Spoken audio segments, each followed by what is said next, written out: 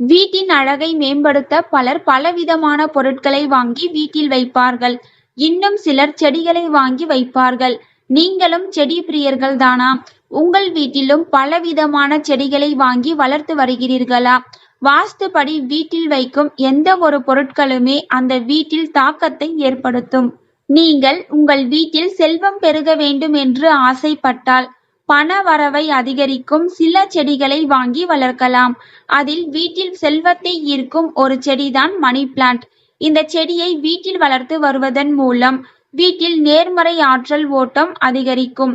இதன் விளைவாக வீட்டில் பணம் அதிகம் சேர்ந்து செழிப்பாக இருப்பதோடு வீட்டில் உள்ளவர்களும் நல்ல முன்னேற்றத்தை காண்பார்கள். இந்த மணி பிளான்ட் செடியை வீட்டில் மட்டும்தான் வைக்க வேண்டும் என்பதில்லை. அலுவலகம் மற்றும் கடைகளிலும் வளர்க்கலாம். முக்கியமாக மணி பிளான்ட் செடியை வளர்ப்பதாக இருந்தால், அதுவும் வீட்டில் செல்வத்தை அதிகரிக்க நினைத்தால், மணி பிளான்ட் செடியின் மண்ணுடன் சில பொருட்களை வைக்க வேண்டும். இப்பொழுது வாஸ்துப்படி மணி பிளான்ட் செடியுடன் எந்த பொருட்களை கலந்து வைக்க வேண்டும் என்பதை பார்ப்போம். மணி பிளான்ட்டை வீட்டில் வளர்க்கும் பொழுது அந்த செடியின் மண்ணில் பாலை சிறிது ஊற்ற வேண்டும். வாஸ்துப்படி மணி பிளான்ட் செடியின் மண்ணில் பாலை ஊற்றுவதன் மூலம் அது நல்ல நிதி நன்மைகளை தரும். கடன் தொல்லையால் அவதிப்பட்டு வந்தால் அதிலிருந்து விடுபடும் வாய்ப்பு கிடைக்கும். அதோடு லக்ஷ்மி தேவியின் ஆசியும் கிடைக்கும் மற்றும் வீடும் செழிப்போடு இருக்கும். மணி பிளான்ட் செடியை வீட்டில் நடும் பொழுது அந்த மண்ணுடன் சிறிது சர்க்கரையை சேர்த்து கலந்து கொள்ள வேண்டும். இப்படி சர்க்கரையை சேர்ப்பதால் அது வீட்டில் நேர்மறை ஆற்றலை அதிகரிக்கும்.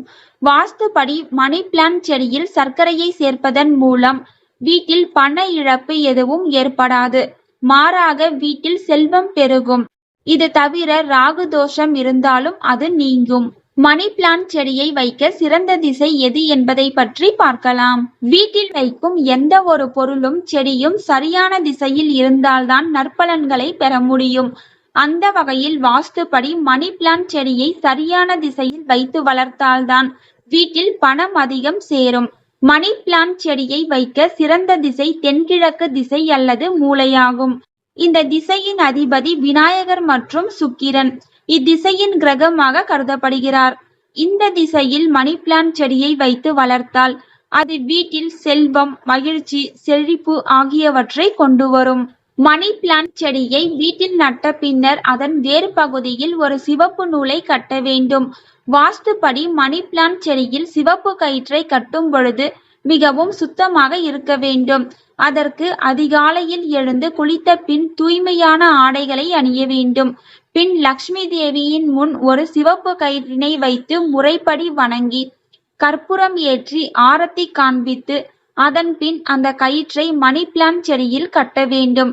இப்படி கட்டிய பின் சில நாட்களிலேயே சுப செய்திகளை பெறுவதை காணலாம். இந்த வீடியோ உங்களுக்கு பயனுள்ளதா இருந்தா ஒரு லைக் பண்ணுங்க. பிறருக்கும் பயனுள்ளதா இருக்கணும்னு நினைச்சீங்கன்னா கண்டிப்பா ஷேர் பண்ணுங்க. தேங்க்யூ ஃபார் வாட்சிங்.